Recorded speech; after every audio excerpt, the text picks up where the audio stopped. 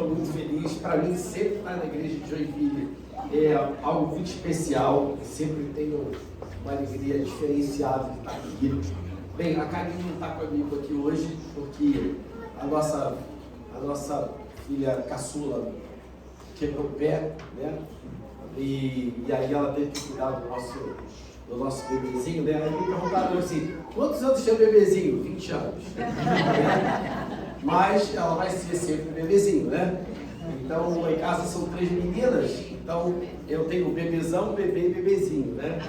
E elas fazem questão que a gente mantenha essa ideia de que elas são os nossos eternos bebês. Gente, sempre são, né?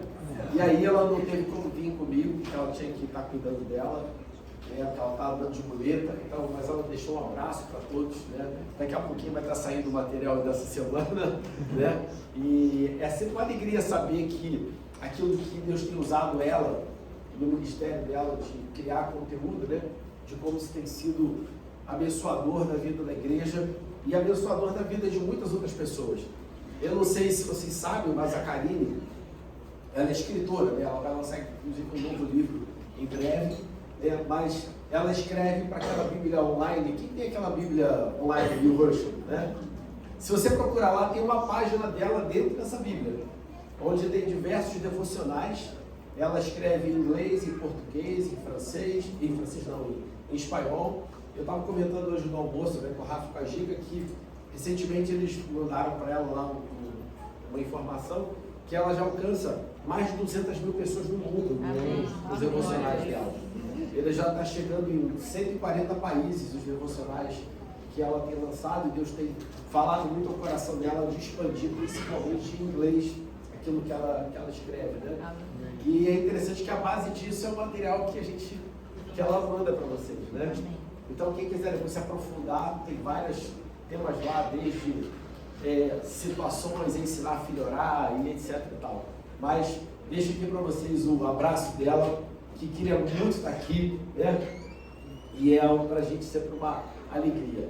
Gente, o pessoal estava brincando aqui que a tia, ela deu spoiler da mensagem de hoje, tá? Mas é interessante como é que a gente vê Deus fazer as coisas. Eu comentei aqui de manhã que eu tinha pedido a Deus, né, se o que Ele queria falar, se o que Ele tinha colocado no meu coração tinha a ver com o que Ele queria falar.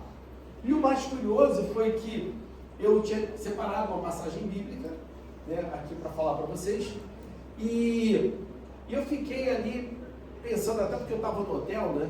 E eu tive overdose de hotel essa semana, já viajando pra caramba, então aproveitei o máximo tempo que eu tive para me aprofundar nisso aqui. E eu tenho um hábito que muita gente critica ele, mas não vou negar que eu tenho esse hábito, né? Eu tenho o hábito de pegar minha Bíblia e abrir ali para ver o que Deus está querendo dizer para mim. Alguém faz isso aí? Pode confessar, eu faço. Eu faço, né? E vou dizer para vocês que comigo esse negócio funciona, né? Eu tinha ali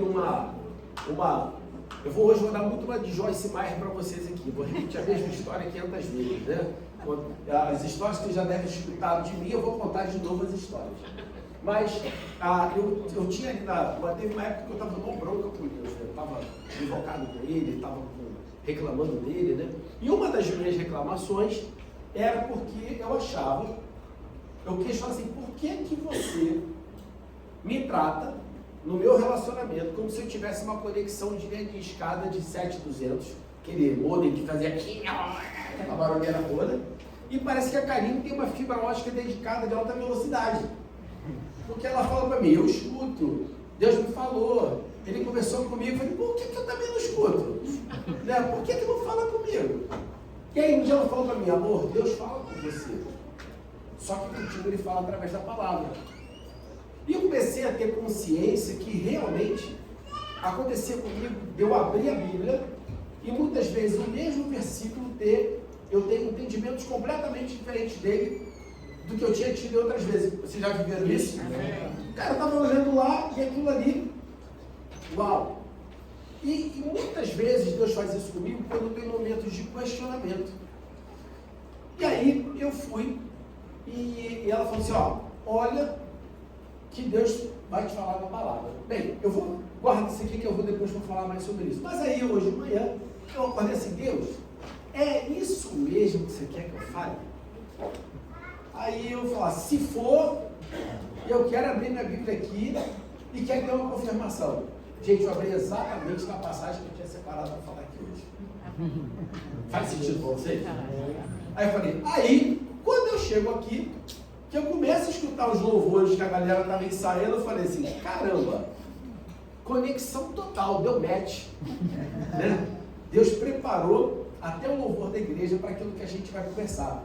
E aí, gente, eu quero começar a entender, começar a conversar com vocês aqui sobre a busca que a gente tem por Deus. Buscar Deus. Eu vejo muita gente falando assim, eu quero mais da presença de Deus. Eu quero mais o mover do Espírito na minha vida. Eu quero mais ver esse movimento de Deus acontecendo, essa busca por Deus. E é interessante que essa é uma fome, que é uma fome interessante, que é uma fome de quem já experimentou. Que é diferente da fome de quem nunca teve. Mas sabe aquela coisa que você provou e você quer mais? Você teve só uma amostrazinha e você fala assim, eu quero mais, eu não quero canapé, eu quero um prato cheio, eu quero ter um banquete disso. E essa é uma fome maravilhosa, porque é aquela fome de que realmente, de algo que a gente sabe que é bom, que a gente gosta e que vai fazer a diferença na vida da gente. Essa fome, né, é muito interessante porque lá em casa, por exemplo, a Karine sabe que tem coisas que eu gosto de comer.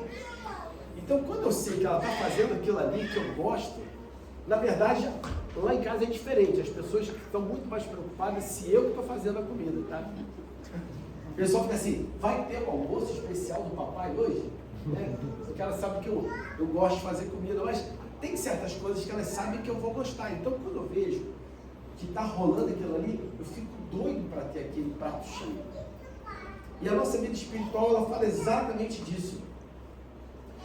E quando a gente fala de nós, que já sabemos o que é a graça, que experimentamos a graça, que estamos entendendo a graça de Deus, a gente já entendeu a graça, a gente já entendeu que Deus é bom, que o amor dele não depende do nosso desempenho, mas a graça não nos trouxe apenas para o perdão e para a salvação, ela nos trouxe para perto, ela nos fez filhos. E agora existe uma pergunta que muitos carregam no coração: como eu vivo essa presença que eu sei que existe, mas que às vezes parece que está tão distante do meu dia a dia? Como é que essa condição que eu tenho agora de filho amado, de filho querido, como é que eu vivo essa presença que eu tanto quero, que eu tanto busco? A verdade, gente, é que a graça, ela não elimina a nossa busca, mas ela muda o lugar de onde a gente busca essa graça. Amém. Essa presença. Porque agora, no momento que eu fui alcançado pela graça de Deus, eu não busco mais como órfãos tentando chamar a atenção de um Deus distante. Na verdade, agora, a gente busca como filhos, aprendendo a viver conscientes da presença do Pai. Aleluia. E quando uma pessoa, é interessante que quando uma pessoa manda uma mensagem para mim, tenta falar comigo, eu procuro fazer de tudo para dar atenção para elas. Mas quando as minhas filhas falam, pai, eu preciso de você, cara, eu largo tudo para elas. Quem faz isso aqui? Quando as minhas filhas querem ter acesso a mim, pai, eu quero te ver, pai, eu quero juntar com você, pai, eu quero conversar com você, é diferente. Porque a gente vê que algo acontece, né, dentro de mim, porque existe o quê? Relacionamento, porque existe filiação, e eu quero estar com elas, porque eu sei também que elas querem estar comigo. Na verdade, a gente não busca a presença de Deus para conquistar o amor dele. Nós já fomos amados, já fomos recebidos e já fomos feitos filhos. O acesso foi aberto pelo sangue de Jesus. O sangue de Jesus, ele funcionou como uma chave que abriu uma porta de uma maneira definitiva. Essa porta, essa conexão. A palavra fala que o véu do templo se rasgou no momento que Jesus morreu, Ali acabou a separação entre nós, não existe mais para nós aquele lugar que a gente não chega, agora todos nós temos acesso a ele. A verdade é que filhos, nós como filhos, a gente aprende a reconhecer a voz do Pai. Nós começamos a entender a voz do Pai. E, gente, durante muito tempo, essa busca também foi uma luta para mim. Essa tentativa assim, olha para mim. Tinha até aquela música que estava, olha para mim. Olha, aquela música conta a história de Bartimeu e etc.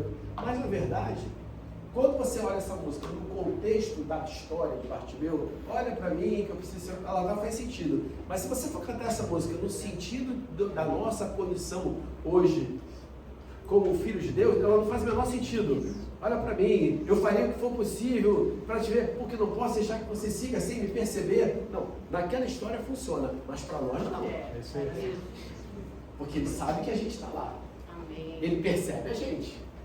E então, olha só, eu ficava, Senhor, fala comigo, mostra o caminho, me dá uma direção. Eu vivia esperando que Deus iniciasse uma conversa comigo, né? Até que uma outra pergunta, quando eu comecei a entender isso de uma maneira diferente, eu comecei a mudar a pergunta. A pergunta que eu comecei a fazer foi, Senhor, o que o Senhor já está fazendo que eu ainda não consegui perceber? Foi aí que eu comecei a entender que muitas vezes Deus estava falando comigo através de situações, através de circunstâncias. Eu contei aqui de manhã que, alguns dias atrás, algum tempo atrás, aconteceu uma situação que me deixou chateado. Eu fiquei ali com a minha cabeça meio triste com aquilo. E eu estava meio reclamando. E de repente Deus falou assim para mim, você esqueceu que não se trata de você? Não se trata de você. Se trata do que eu chamei para você fazer e onde eu te chamei para fazer. E eu comecei a entender que eu estava me deixando contaminar por um pensamento que me queria trazer sobre mim uma ideia minha de justiça própria, de direito. E Deus está falando assim, não tem nada a ver com você, tem a ver comigo. E aí eu comecei a falar assim, Deus, você está certo. Eu não posso deixar que esse pensamento tome conta de mim. E dali a pouco eu comecei a perceber que aquela história não tinha absolutamente nada a ver com o que eu estava pensando. Eu estava começando a botar umas caraminholas na minha cabeça num assunto que, na verdade, eu estava deixando o ego entrar dentro do meu coração e me tirar o entendimento do que ele estava me chamando para fazer. Mas qual foi o meu entendimento ali? O que é que Deus estava fazendo comigo? Ele estava tratando o meu coração. Ele estava tratando o meu ego através daquela situação. Então, ele não precisou falar comigo audivelmente. O que precisou foi eu perceber no meu espírito e ter consciência que aquilo que eu estava fazendo naquele momento estava me levando para um caminho que não era o que Deus queria. E aí a gente fica achando que Deus está em silêncio com a gente. Mas na verdade, gente, o maior problema nem sempre foi o silêncio de Deus. Muitas vezes foi a dificuldade da gente de perceber a conversa que Ele já estava tendo conosco. Hoje de manhã, eu estava aqui, o pessoal estava ensaiando, e eu estava com o Ramiro conversando aqui, a gente começou a conversar enquanto o pessoal ensaiava. Aí o Ramiro falou assim para mim, vamos ali para dentro? Ele abriu, a gente entrou, fechou a porta, e eu comecei a escutar o que ele estava falando para mim. Na verdade, ele já estava falando comigo. Só que todo o barulho que estava aqui do pessoal ensaiando, não estava permitindo que eu escutasse o que ele estava me dizendo. E é a mesma coisa, gente, acontece com a gente na relação com Deus. Eu já estava com o Ramiro, ele já estava falando comigo, mas todas as vozes ao redor estavam impedindo que eu conseguisse, os instrumentos que eu conseguisse entender. Então, quando a gente fala, às vezes, de um lugar secreto, de buscar um lugar secreto, não é porque aquele lugar ele tem algo diferente que vai fazer com que Deus se manifeste ali. A verdade é que muitas vezes o que a gente está fazendo é calar todas as vozes que estão ao redor, que estão impedindo que a gente escute plenamente o que Deus já está falando com a gente. Quando a gente, às vezes, a tia fala sobre fechar os olhos, O fechar os olhos é para que a gente se desligue das distrações que impedem a gente de perceber aquilo que está ao redor. Não é uma transformação da atmosfera, porque essa história de mudar a atmosfera, né, para que o espírito se manifeste, é coisa de macumbeiro que faz ali o defumador, né? Não é verdade? Passa defumador, aquela coisa toda para preparar. Não. Na verdade, a gente tem que lembrar uma coisa importante. Deus está em todo lugar. Não existe ambiente capaz de ser sujo, pesado de um jeito que a presença de Deus não possa estar ali. Porque se Deus não estivesse ali, ele perderia uma das características dele, que é a onipresença. Além do mais, a gente estaria dizendo que as trevas seriam capazes de impedir que a luz estivesse ali dentro. Amém, gente? Quero dizer para vocês que até dentro da casa da luz vermelha, Deus está lá dentro. O Espírito de Deus está ali, capaz de resgatar aquele que estiver disposto a se entregar para a vida dele. Tem uma história muito interessante que vocês devem ter ouvido já, do agora bispo da Zion Church, o pastor Tel Hayashi, que ele conta, né, que ele, quando estava nos Estados Unidos, tinha se desviado, até que um dia ele estava numa balada lá na Flórida, e no meio da balada ele escuta a voz falar assim para ele: chega! E de repente toda a bebedeira, tudo que ele estava, acabou, e ele falou assim: o que é que eu estou fazendo nesse lugar? E dali ele saiu, abandonou tudo aquilo e começou o ministério dele. Ele foi impactado pelo Espírito Santo dentro de uma balada. Então, a verdade é que o que faz, na verdade, a gente entender que é um ambiente espiritual é o fato da gente estar ouvindo aquele que já está ali com a gente. O lugar secreto não faz Deus chegar. Ele nos ajuda a perceber um Deus que já está presente. É isso que ele faz. Você tem que entender que o que dê a presença de Deus, gente, ela não depende de uma música boa, ela não depende do nível emocional, não depende de uma atmosfera fabricada. Olha, a verdade é que tudo tem a ver com uma coisa chamada relacionamento. Tudo tem a ver com o quanto nós estamos dispostos a nos relacionar. Você vê que Jesus, ele, quando começa o ministério dele aqui na terra, o que ele faz com os discípulos? Ele começa um relacionamento com eles. Ele come com eles, ele anda com eles, ele viaja com eles, ele começa a construir uma relação. Relacionamento gera o quê? Proximidade. Você começa a entender como é que o outro é. Você começa a entender a voz dele. E olha só, existe uma grande diferença entre você conhecer uma informação de alguém, né, e você viver um relacionamento com essa pessoa. Porque conhecimento pode ser adquirido. Eu posso saber de alguém pesquisando na internet. Eu posso saber de alguém porque alguém me contou. Agora, relacionamento eu só desenvolvo com convivência. Só convivência que vai me permitir entender quem é quem. A verdade, gente, é que nem todo silêncio que a gente vê de Deus significa ausência. A falta de percepção que a gente pode estar tendo de Deus, do Espírito Santo, não significa falta de presença.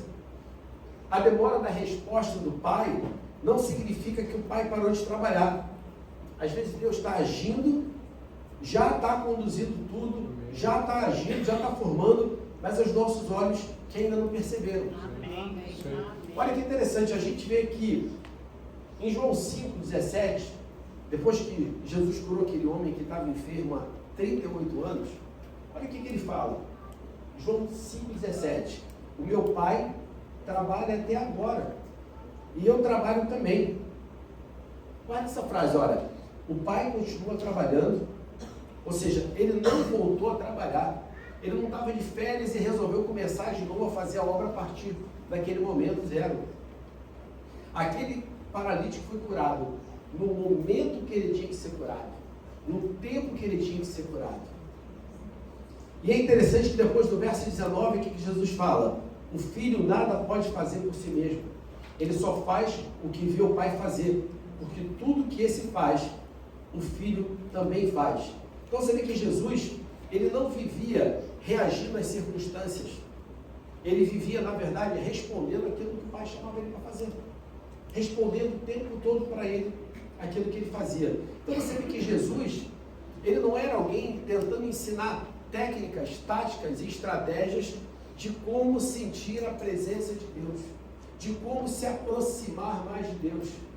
Na verdade, ele mostrava claramente que o que ele estava chamando a gente para fazer era uma vida de relacionamento e, acima de tudo, uma vida de dependência. Uma vida de entrega, uma vida de quem estava realmente se entregando para ele. Olha só, Romanos 8,14, o que ele fala aqui? Todos os que são guiados pelo Espírito de Deus são filhos de Deus. Amém. Ou seja, nós somos filhos de Deus, nós temos o Espírito de Deus que nos guia, que nos direciona. A graça nos recebe como filhos, mas é o Espírito que nos ensina a viver como filhos. Guarda isso. A graça nos recebe como filhos, mas o Espírito, ele nos ensina a viver como filhos. E aí agora, gente, entra uma verdade fundamental para toda essa mensagem.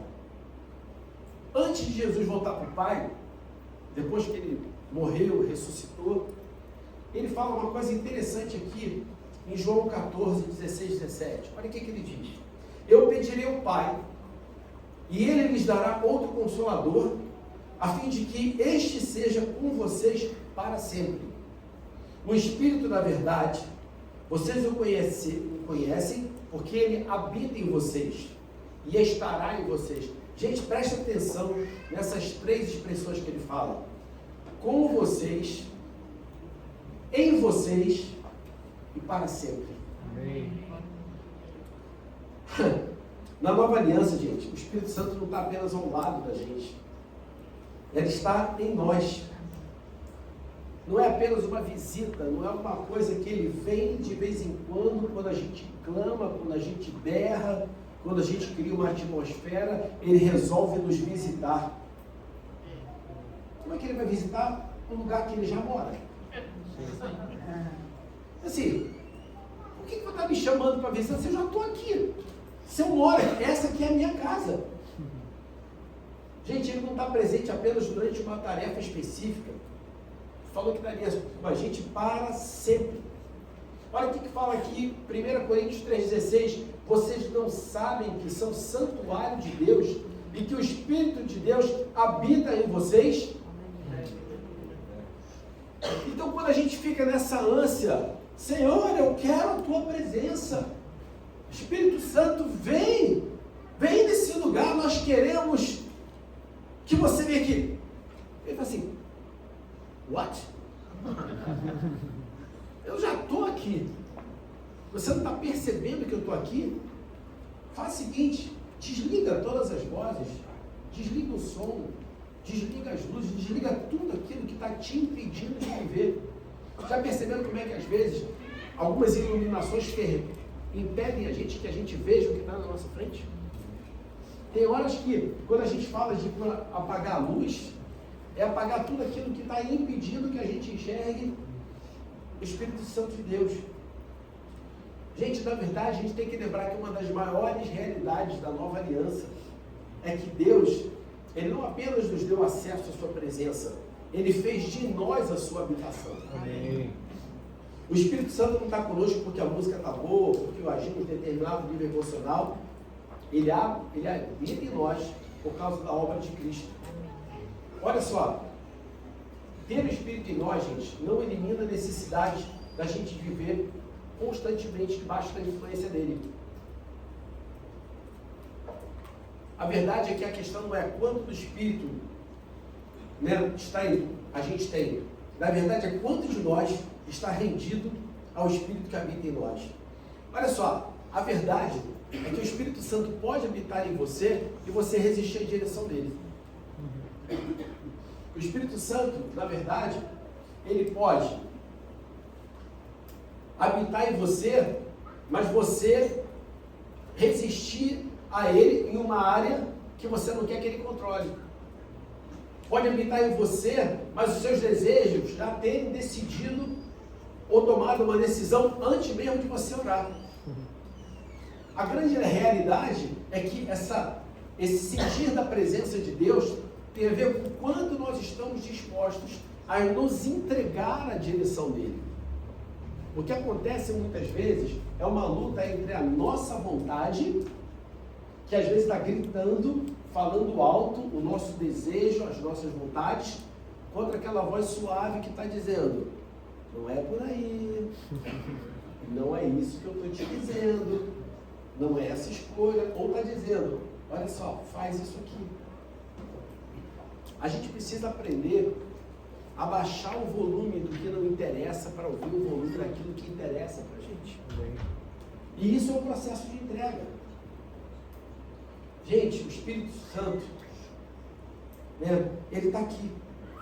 A pergunta que a gente tem que fazer é, em vez de eu perguntar, Espírito Santo, você está aqui?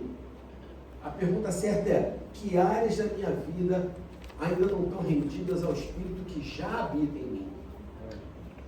Na nova aliança, a gente não busca a presença de Deus para que Ele venha morar conosco. Buscamos comunhão porque Ele já fez de nós a sua morada. Amém. Mas onde é que entra a grande luta? Eu falo muito, talvez eu já tenha até dito isso aqui para vocês em outras ocasiões, mas como eu falei para vocês, eu vou dar uma de Joyce Meyer hoje. Eu vou repetir aqui. Não basta a gente ter conhecimento. Não basta a gente saber disso, porque tudo que eu estou falando para vocês está na palavra de Deus. Mas mesmo assim a gente continua querendo fazer pergunta, Deus, você está aqui, Deus, como é que você vem? O crente tem essa coisa, né? O crente às vezes ele tem essa coisa de, ele lê a mesma coisa ao longo da vida dele, e ele fica repetindo as mesmas coisas o tempo todo. Mas o processo, mudar, passa por 4 etapas, vocês sabiam disso? Em primeiro lugar, eu mudo a minha base de conhecimento. É a mudança do meu conhecimento. Que é a parte mais fácil, que é isso aqui, ó. Você pode ler um livro, você pode fazer um curso, você pode assistir uma pregação, você pode assistir um podcast, assistir um vídeo. Adquirir conhecimento é mole. Onde é que a coisa começa a pegar? É quando o conhecimento confronta as nossas crenças. É quando o conhecimento confronta as nossas experiências. Quando o conhecimento confronta os nossos modelos. Ah, eu aprendi com o papai que era para fazer dessa maneira. Ah, o lugar onde eu fui, passei a minha infância aprendendo sobre Deus, dizia que era assim. E aí a gente começa a confrontar o que o conhecimento está trazendo com as nossas crenças. Porque, para que a gente comece a ter a transformação, eu preciso que esse conhecimento me leve a uma mudança de perspectiva. Eu tenho que mudar a cosmovisão a respeito daquilo. Eu tenho que começar a enxergar aquilo ali de uma outra maneira. Eu tenho certeza que a maioria de vocês, quando começou a escutar falar da graça, falou assim, tem alguma coisa estranha nessa história. Tá fácil demais. Não é verdade? Por quê? Porque a maioria de nós foi evangelizado num sistema legalista. Num sistema de faça para ser amado, pague o preço para receber. Não é isso aí? Você é um pobre, miserável pecador. A gente foi criado nesse... Então, durante muito tempo, tudo que a gente escutou a respeito da graça gerava um confronto com tudo aquilo que a gente escutou ao longo da vida inteira. A gente aceitar e permanecer no amor incondicional de Deus significou confrontar tudo aquilo que disseram para a gente ao longo da nossa vida. Mas então, gente, só depois que eu pego o conhecimento que eu recebi, confronto ele e mudo a minha perspectiva, é aí então que tem a mudança de comportamento. A mudança de comportamento, ela é uma consequência e a prova de que esse novo conhecimento mudou a minha maneira de enxergar as coisas. E quando eu mantenho esse comportamento constantemente, é aí então que eu tenho mudança de cultura. A minha cultura só muda depois que eu pego algo e começo a fazer aquilo ali constantemente. E eu começo a influenciar a mim e aos outros. Então, gente, por isso que a gente tem que lembrar uma coisa. O Espírito Santo pode habitar em nós e ainda assim a gente resistir à sua direção. Eu quero dizer para vocês que nós temos que entender que o que Deus está falando para nós é: ouça a minha voz, Acredite em mim. Independente do que você pensa, porque você não sabe mais do que Deus. E age de acordo com aquilo que eu estou chamando para fazer. Olha, entender a presença de Deus, entender que Ele já está com a gente o tempo todo, é algo transformador. Jacó, a Bíblia fala, em Gênesis 28, que Jacó estava fugindo. E aí então, ele estava sozinho, estava com medo, estava carregando toda aquela culpa, né, do que aconteceu com ele e com o irmão. E de repente ele dorme no meio do caminho, usando uma pedra como travesseiro. Enquanto ele está dormindo ali, ele tem um sonho. E quando ele acorda, olha o que ele fala aqui em Gênesis 28:16. Na verdade, o Senhor está nesse lugar. Eu é que não sabia. Ou seja, no momento que ele estava ali, ele percebeu assim, cara, Deus está aqui. Percebeu que ele não falou, Deus estava aqui? Olha que interessante. Ele falou assim, ih, caramba, Deus estava aqui, cara, eu nem percebi. Ele falou assim, na verdade, Deus, Ele está. Porque se Ele é onipresente, Ele está em todos os lugares. Você sabe que eu aprontei um negócio para minha sobrinha, coitada. Minha sobrinha estudava numa escola católica. E aí, ela era criança, ela me perguntou assim, tio, vai ter aula de religião hoje? E eu vou ter que, cada um de nós vai ter que levar um entendimento de Deus para lá. Você pode me ajudar? O que eu posso falar assim? Minha filha, tem uma coisa ótima para você. O que é? Você vai chegar lá e vai dizer que Deus não existe. Assim, Deus não existe. Ela assim, como assim, tio? Você não acredita em Deus? Acredito, claro. Mas Ele não existe. Falei, Ele não existe. Ela, como isso? Deus, Ele é. Porque se Ele existe, significa que teria princípio e fim. Agora, Ele é. Aí ela assim, eu nunca vi isso, nunca tinha entendido isso. Esse mesmo conceito porque como é que Deus se apresenta? Eu sou. Né? Não é assim que é o nome dele? Eu sou? Ele é. Da mesma forma que Ele é, Ele está em todos os lugares. Ele está aqui agora, ouvindo a gente. Deve estar nas gargalhadas, inclusive. Espero, né? Então perceba uma coisa, gente. Perceba que Jacó não disse, agora Deus chegou. Ele disse, o Senhor está aqui, eu não sabia. O que mudou não foi Deus, gente. O que mudou foi Jacó. A presença já existia. O que faltava para ele era a percepção dessa presença. Então eu diria que o que a gente tem que estar buscando o tempo inteiro é, eu quero perceber mais a presença de Deus. Eu quero cada vez mais perceber e desfrutar dessa presença de Deus, dessa presença do Espírito de Deus. E é interessante que aí tem uma outra história, muito legal, que é a história do caminho para Emaús. Né? A gente vê em Lucas 24, 3 a 35, pedi até para colocar aqui para vocês, porque é uma passagem longa. A gente vê que 2 discípulos no caminho, né? E a esperança deles parecia ter morrido na cruz, tentando entender tudo o que tinha acontecido. Olha só a história aqui, vamos lá no verso 13.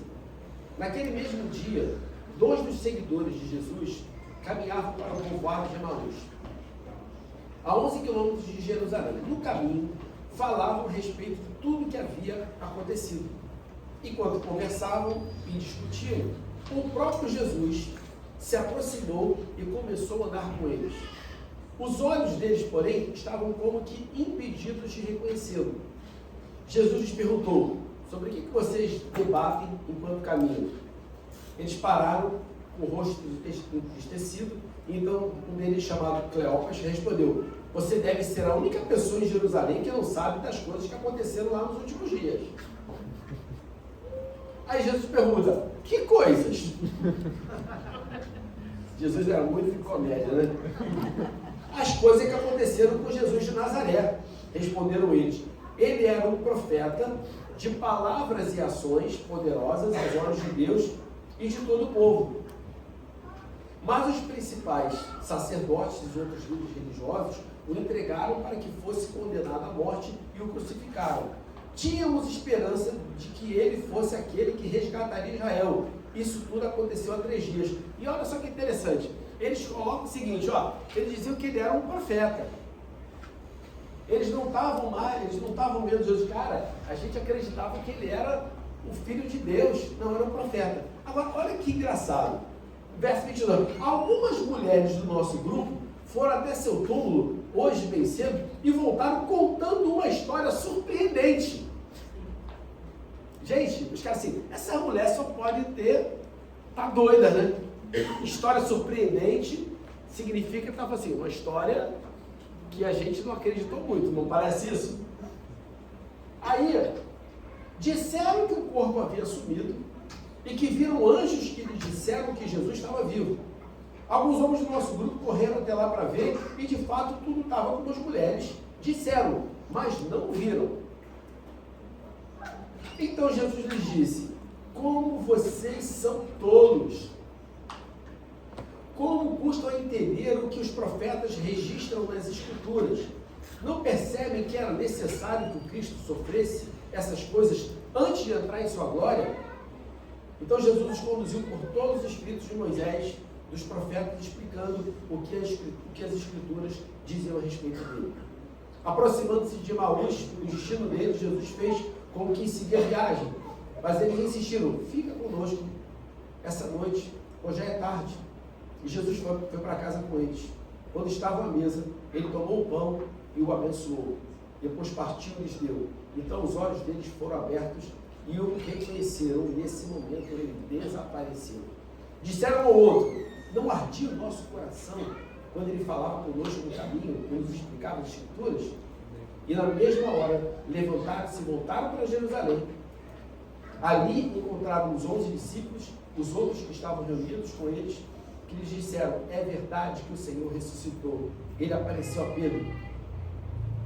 Então os dois contaram como Jesus tinha aparecido enquanto andava pelo caminho e como haviam reconhecido quando ele partiu o pão. Então olha só, gente, Jesus já estava do lado deles, mas eles não sabiam, caminhavam com ele, né? Mas eles interpretavam a realidade como se eles estivessem sozinhos. Eles pegaram toda aquela situação que eles viram e começaram a enxergar a realidade a partir daquilo que eles tinham visto, e não daquilo que a palavra falava, daquilo que Jesus declarou. Isso aqui não estava na pregação não, mas eu vou falar para vocês aqui esse negócio, eu sempre faço uma brincadeira, né? Quem foi o culpado do povo de Israel passar 40 anos no deserto? Quem foi o culpado? Moisés. Foi Moisés. Sabe por quê? Porque quis ser democrático. É verdade. O erro dele foi ser democrático. Quero escutar a opinião de todo mundo. Aí vem 10, dão uma opinião com base em fatos e dados, e vem 2 que dão uma opinião com base na promessa. E ele resolve tomar uma decisão com base em fatos e dados, ao invés de tomar com base naquilo que ele já sabia que tinha que fazer. Tem hora, gente, que se você quiser fazer o que Deus está chamando você para fazer, você não pode querer agradar todo mundo. Você vai ter que desagradar a maioria. Você vai ter que contrariar os fatos e os dados, porque olha só, realmente o povo lá era muito maior do que eles. Mas se Deus falou para ir e prometeu a vitória, meu amigo, cai dentro. Vocês estão entendendo isso? Amém. O problema é que às vezes a gente fica achando que Deus falar conosco é confirmar aquilo que a gente quer que seja confirmado, com base no nosso entendimento. Faz sentido para vocês isso, gente? Amém.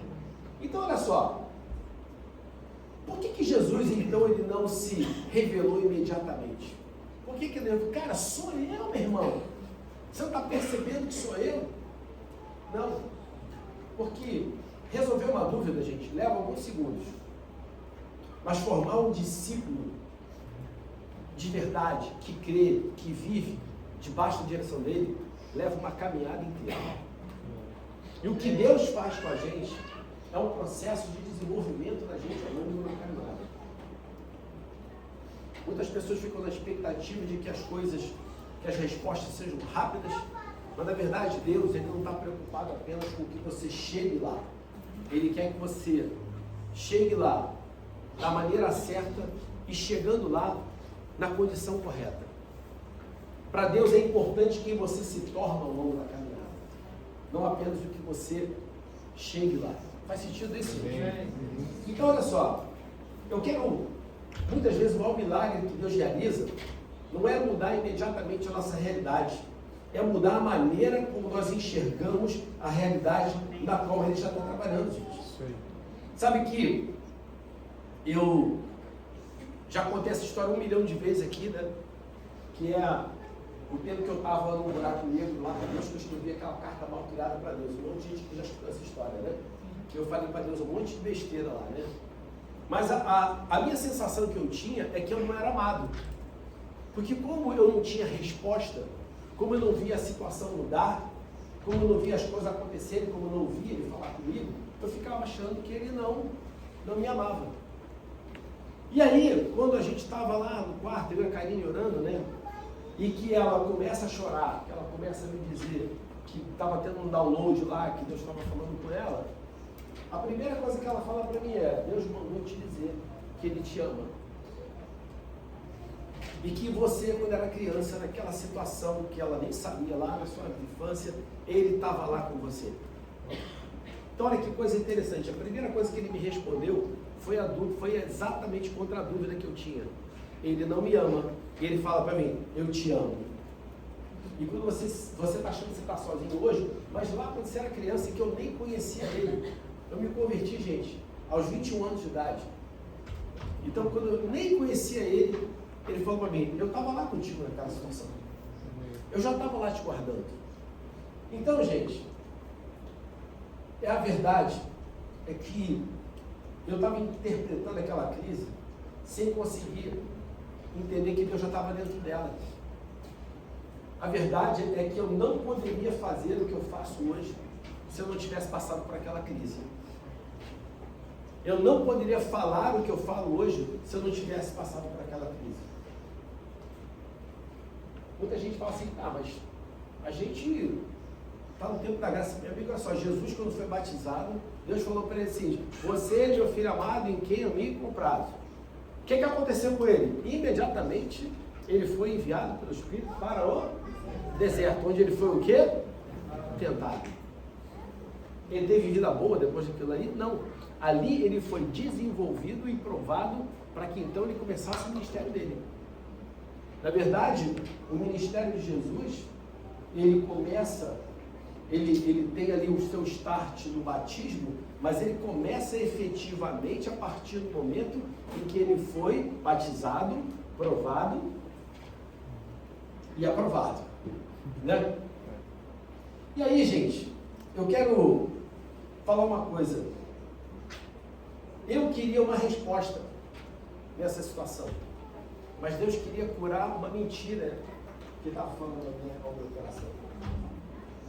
Eu queria entender uma circunstância, mas Deus queria restaurar em mim a consciência de filho.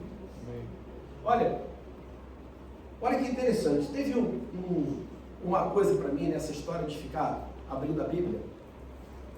Eu comecei a abrir a Bíblia todo dia e caía na mesma passagem. Aí eu falei: a Bíblia está viciada. Peguei outra, gente. O que aconteceu? Caiu no mesmo lugar. Eu falei assim: Deus está querendo falar coisa comigo. Só que eu comecei a falar assim: Deus, eu já entendi. Caia sempre em Mateus 28, lá na grande comissão. Sempre. Ide por todo mundo, fazer discípulos de todas as nações, batize em nome do Pai, do Filho e do Espírito Santo, ensine eles a obedecer tudo que eu te ensinei. Eu vou estar com você. Eu falei: Deus, já entendi que você está me chamando para ir por aí, para pregar, para falar, para ensinar. E aí, o que aconteceu? Aí eu comecei aquele negócio, né? Eu comecei a perguntar, até que em um determinado momento, o Espírito Santo falou para mim: eu não estou falando com você aí. Olha na outra página. Quando eu abri a Bíblia, o lado de cá era Mateus, mas o outro lado não era Mateus, era Marcos. E ele me leva para Marcos 11, onde está escrito: tu és o meu filho amado, em ti eu me agrado. Eu estava o tempo inteiro, né, entendendo uma coisa E Deus estava me dizendo outro. E naquele momento, gente, eu comecei a chorar. Sabe por que eu comecei a chorar? Porque finalmente eu entendi que Deus, uma coisa, eu estava achando que Deus estava me dando uma missão, Deus estava insistindo na missão, mas o que ele estava, na verdade, era insistindo no relacionamento comigo. O ponto, gente, é que ele estava falando para mim, antes de qualquer coisa, lembre-se de quem você é para mim. Durante muito tempo na minha vida, eu sempre achei que o meu valor estava no que eu fazia. Eu gosto de fazer, eu gosto de agir. Eu falo assim, eu achava que assim, quanto mais eu faço, mais valor eu tenho. Na verdade, o que Deus estava mostrando para mim é, antes de você ser, antes de você fazer, eu quero que você seja. Antes de Jesus começar o ministério dele, o que Deus fez? Fortaleceu a identidade dele. Você é o meu filho amado. Ele não disse que ele era o filho amado dele depois que ele venceu a tentação no deserto, gente. Ele falou isso antes do processo. A verdade é que a missão da gente não deve ser uma tentativa de conquistar o amor. Ela precisa nascer do amor recebido. Eu ajo daquela maneira porque eu fui amado. Quando a gente esquece que nós somos filhos transformados, né, o serviço se torna tentativa de aprovação. A gente transforma o desempenho em forma de identidade. Era o que acontecia comigo. Mas o Evangelho nos chama a servir a partir do amor que a gente já recebeu. Enquanto eu buscava direção para a missão, Deus usava a sua presença para restaurar em mim a consciência de filho. E quanto mais eu insistia na missão, mais Deus insistia no relacionamento. Essa é a verdade. Gente, eu quero dizer para você que isso para mim, ela não foi fácil mudar isso.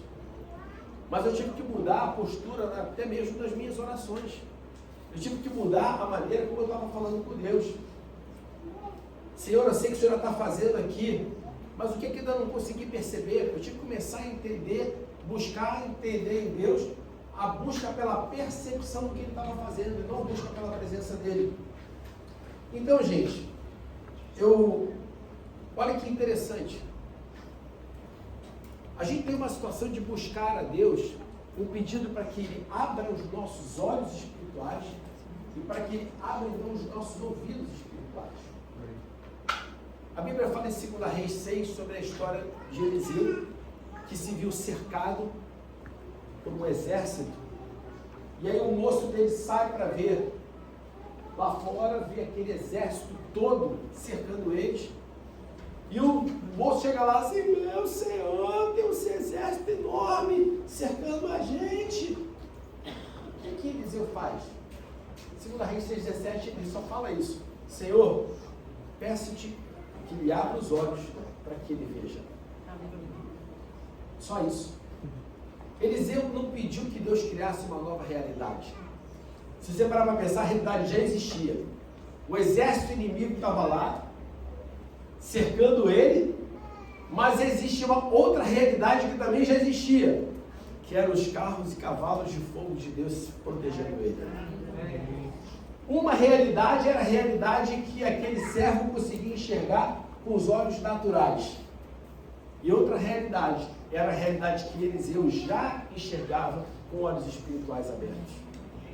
Eu quero dizer para você, gente, que talvez a oração mais importante dessa noite não seja: Senhor, muda todas as minhas circunstâncias.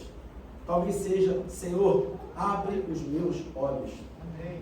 Abre meus olhos para reconhecer a Tua presença, para perceber o que o Espírito Santo já está fazendo, para enxergar a Tua fidelidade em cada parte da minha história.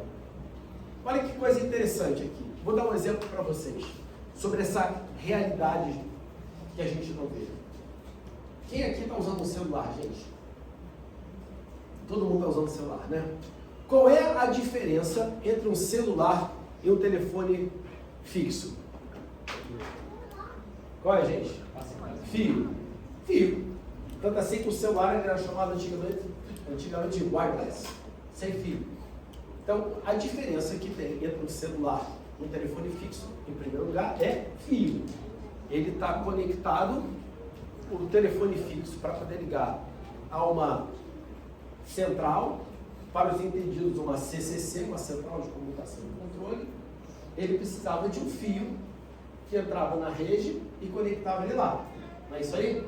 Para que então a voz trafegasse. O celular não precisa disso, porque ele se conecta através de uma frequência de ondas eletromagnéticas. Correto? O fio você vê, não vê? Agora, você está vendo as ondas eletromagnéticas? Estão vendo? Mas elas estão aqui. E te digo, até em frequências diferentes. A Vivo está trafegando numa frequência, a Claro está trafegando na outra, a TIM está trafegando na outra. Então aqui as frequências, e sem que a gente esteja vendo, aqui nesse momento agora, estão passando diversos filmes, diversos vídeos, diversas fotos, diversas conversas, estão inundando esse lugar nesse momento aqui agora. Porque estão trafegando por essas ondas que nós não vemos. Faz sentido para vocês? Sim. Mas elas estão aqui. Se você colocasse um analisador de espectro aqui agora, não é o do caça-fantasmas não, né? É um data analyzer para os entendidos, você estaria vendo tudo que está trafegando ali dentro. Ou seja, existe uma realidade que nós aqui estamos experimentando hoje, que é o que está acontecendo através dos nossos celulares, que existe, mas a gente não vê. E da mesma maneira, nesse momento aqui agora, eu tenho certeza que nesse lugar tem muitos anjos, e a presença de Deus aqui dentro, nesse lugar agora, a gente pode não estar vendo, mas eles estão aqui nesse lugar.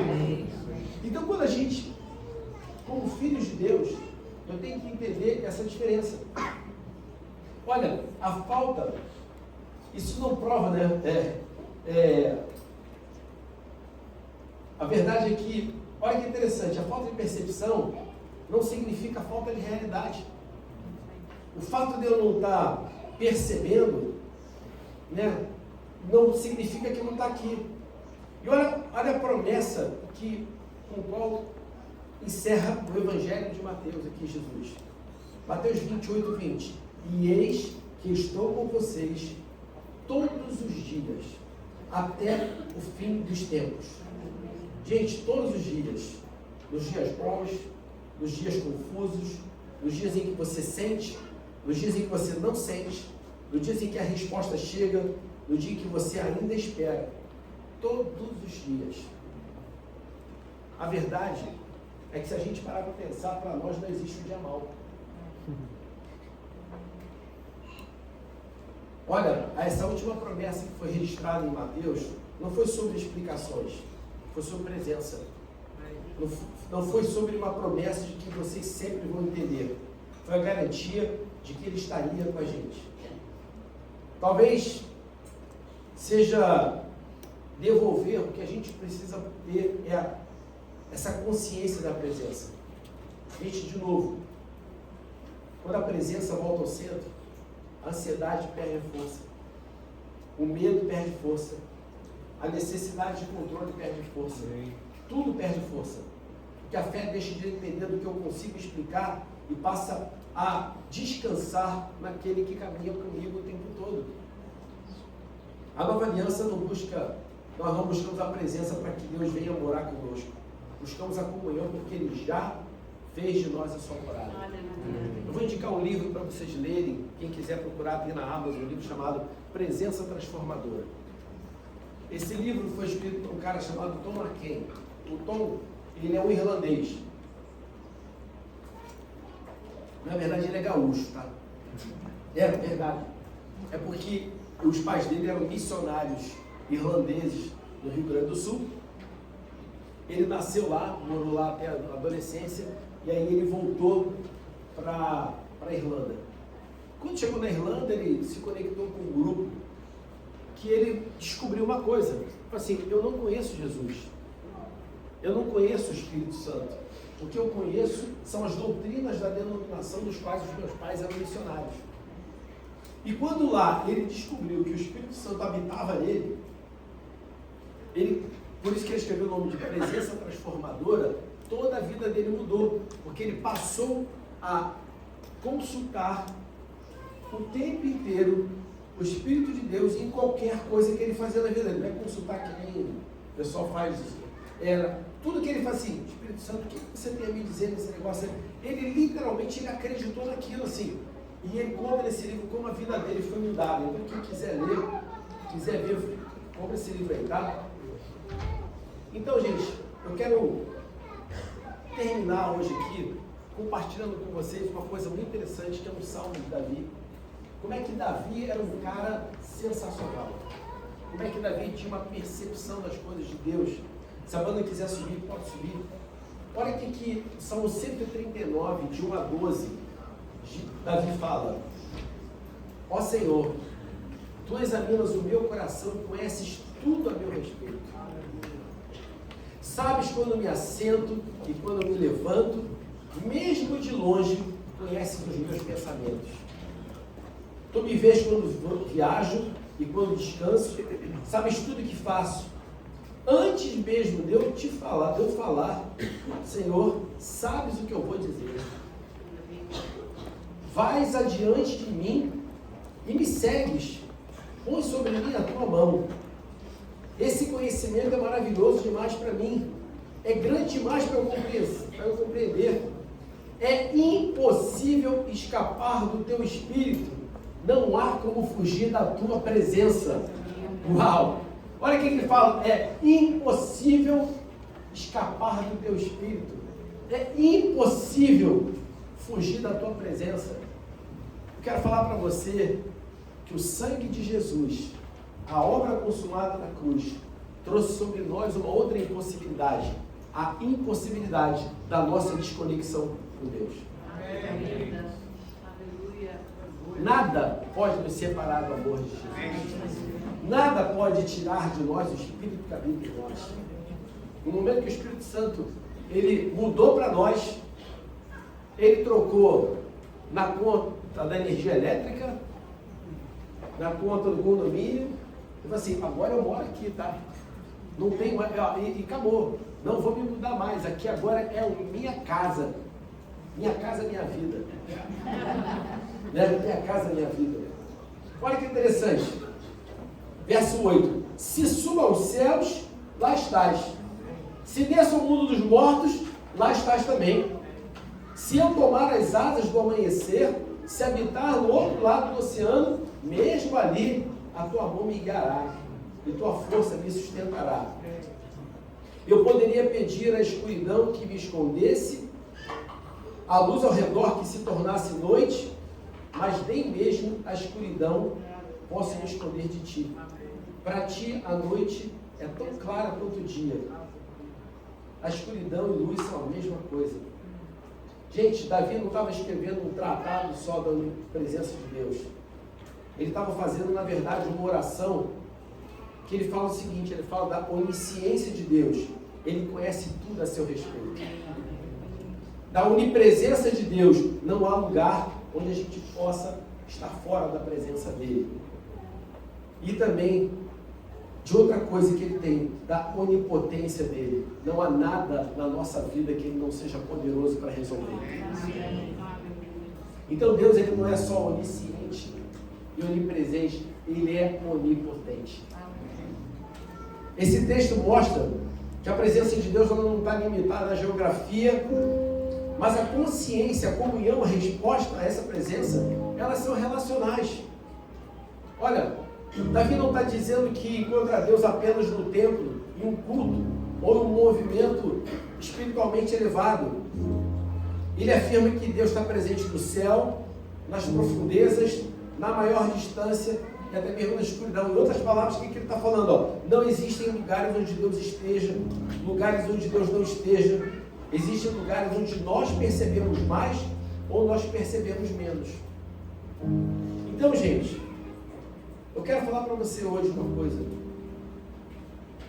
É por isso que, se alguém me pede para orar por alguém que está lá no Japão, eu entendo que eu não preciso pegar um avião lá para o Japão e orar por essa pessoa. Eu posso orar aqui agora, porque o Espírito, ele está aqui e está lá ao mesmo tempo. Porque se ele está em todos os lugares, ele está aqui e está lá ao mesmo tempo. Faz sentido para vocês? Esse é um conceito muito importante. Nada pode aprisionar o nosso Deus. Vocês sabem que existe um livro muito interessante que fala sobre judaísmo, né? Que ele fala porque o autor explica por que ele não acredita nas imagens de escultura. Ele fala o seguinte: a essência não pode ser aprisionada pela forma. E ele fala assim: Deus, ele é a essência de todas as coisas. A forma não pode aprisionar ele. Ele está presente em todos os lugares. E quando a gente ora, a gente entende isso. Se Deus está aqui, se onde quer que eu esteja, eu posso ter certeza de que Ele está me ouvindo. A grande mensagem que Davi traz para a gente hoje aqui é o seguinte: a fidelidade de Deus é maior do que as circunstâncias em que a gente se encontra. Onde quer que nós estejamos, a sua mão continua capaz de nos guiar e de nos sustentar. Eu quero convidar vocês a participar da Santa Ceia agora, mas eu quero pegar aqui, para falar da Santa Ceia, o que aconteceu lá em Emaús. Olha que interessante, aquela passagem de Emaús fala que eles não tinham entendimento que era Jesus. Não é verdade? Ninguém tinha entendimento. Ih, eu joguei o pão no chão.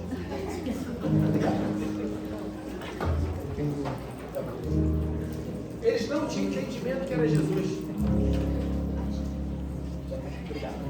Quando foi, gente, que eles passaram a ter entendimento que era Jesus?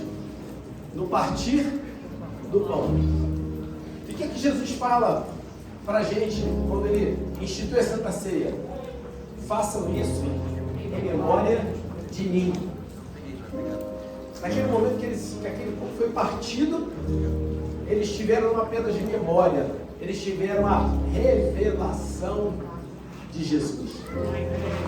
E eu quero que você, nessa noite, a gente use esse tempo da Santa Ceia, um momento onde nós vamos realmente falar assim: Senhor, eu já entendi que você está aqui comigo em qualquer lugar, o tempo todo, independente de qualquer coisa. E eu quero hoje que eu, ao comer desse pão, essa revelação se torne ainda mais clara, presente, constante na minha vida. Amém? E esse pão, ele nos lembra que Jesus, naquela cruz, ele levou sobre si todas as maldições, todo o nosso pecado, as doenças, o castigo que nos traz a paz estava sobre ele, pelas pisaduras dele, nós fomos sarados. E ele fala que aquele cálice representa o sangue de uma nova e eterna aliança. O sangue que foi derramado por nós, que nos lavou, que nos redimiu e que nos colocou nessa condição definitiva de filhos e de filhas amadas.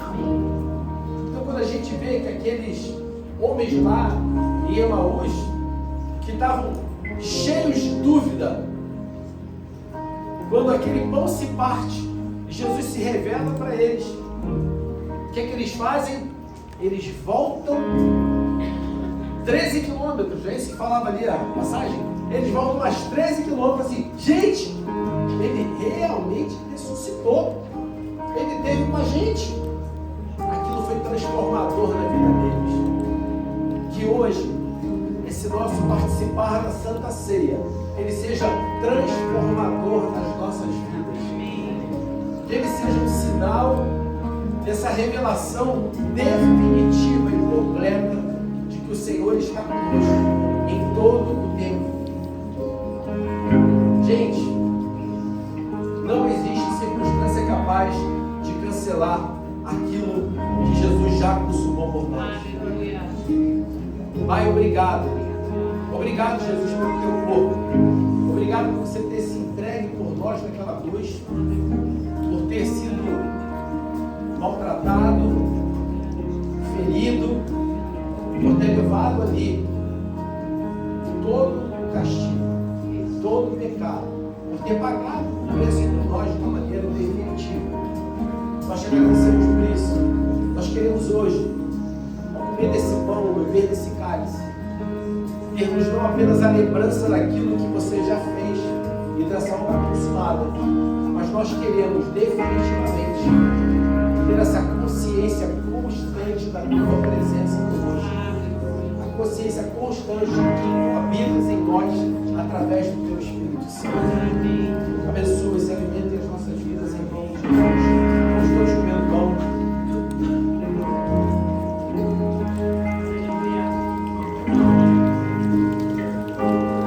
Beba do cálice agora com quem celebra que você está no ambiente do Filho, de uma filha amada. Amém. Amém. Amém. Que você, a partir de agora, comece essa semana cheio desse entendimento de que Deus é com você o tempo todo.